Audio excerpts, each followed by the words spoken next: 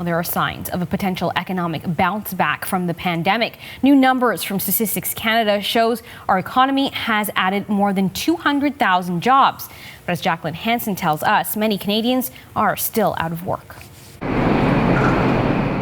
After a winter of more closures and more job losses, February brought some relief. Reopening parts of the country meant many laid-off employees could get back to work. The Canadian economy added back more than 250,000 jobs in February. Most of the gains were in Ontario and Quebec, in sectors hardest hit by closures such as retail, accommodation, and food services, and in lower-paying jobs, those that pay $17.50 an hour or less. The fact that we are starting to see some of these lower wage jobs come back, I think that's positive, and it does signal that as we move forward, as we are able to reopen our economy, we can anticipate job gains will continue. But despite the gains, the hotel and restaurant industries in particular are far from normal. We're still running with a big deficit in terms of employment compared to where we were a year ago. Even in those areas where restrictions have been looser, such as British Columbia, capacity is still limited, and for restaurant workers, so are tips. So making probably less than half of what I made before. So there's obviously a lot of things that I've had to take a hit. I don't have internet at my place right now. Just come home, read books, and try to use Wi-Fi at work and all that kind of stuff. Overall, there are nearly 600,000 people who had a job this time last year, but now don't, and 400,000 who are working less than half the hours they used to. This is going to be a process, a slow process where you have to have confidence if you're an employer to actually bring back your workforce on a full-time basis. Further healing of the job market will depend on the health of Canadians. The more that we can get jabs in the arms, so to speak, on this vaccine rollout, which will allow us to start congregating together, the better it's going to be for the job market and the better it's going to be for the Canadian economy. Hope for those left behind by a still uneven recovery. Jacqueline Hansen, CBC News, Toronto. And we want to continue this conversation with Sarah Vermunt. She's a career coach based in Toronto. Hi, Sarah. Thanks for being with us. Hi, happy to be here. So, first of all, we kind of heard there that the job numbers aren't really a reason to celebrate. What's it been in your experience? Yeah, that's true. I was telling your producer, don't load the confetti cannon just yet, right, because on the surface, those numbers look really good. But as your news report was saying, a lot of them are in lower wage jobs, and a lot of them are in part-time jobs, not quite as many full-time employment situations as we'd like to see. So a lot of the people I work with as a career coach are having to get really creative and take unconventional approaches to find some type of work to bridge the gap between now and when things are more normal, hopefully. Yeah, what are you hearing from people who come to you for help, who have maybe lost work or lost their jobs and are having a hard time finding new jobs? How are they feeling, and how do you keep them kind of motivated and on the right track?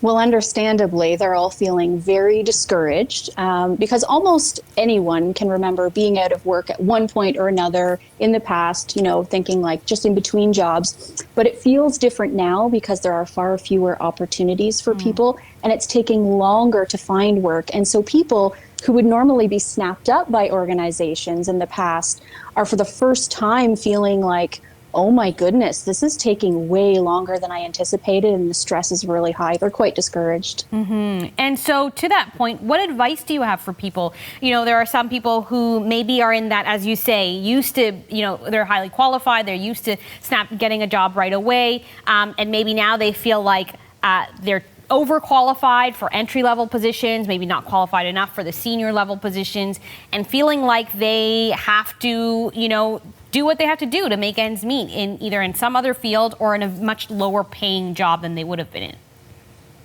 Yeah, well, the big umbrella, there's tons of things a person can do, but all of them involve getting really creative and trying things that are unconventional. So I can share a few things. One of them is to think about negotiation differently. So let's say you go through an interview process, you end up being the selected candidate, but maybe they can't honor the hours that you want. Maybe it's not full time, or maybe they can't honor the salary that you want. Get creative with how you negotiate. Just today, I got an email from a client who took a job that's only 20 hours a week, but he really inflated the salary ask. And so that's going to see them through, even though it's not technically a full-time position. Another thing you can do if you're not getting the salary you want, because understandably, organizations are hesitant to pay generous salaries right now, especially in industries that have been hard hit. You want to make sure when you're negotiating that you, maybe if you can't ask for more money, ask for better benefits, ask for more vacation time. So leverage different areas where you can. Another thing that's quite helpful is something I call the friends and family post for job seekers. This works for so many of my clients, and it's really unconventional. A lot of people go to LinkedIn for their job search, but if you put a post on Facebook or Instagram, think about who those people are that follow you. It's your friends, it's your family, the people who love you most. If you just put a post up saying, hey guys, you might not know, but I'm looking for work.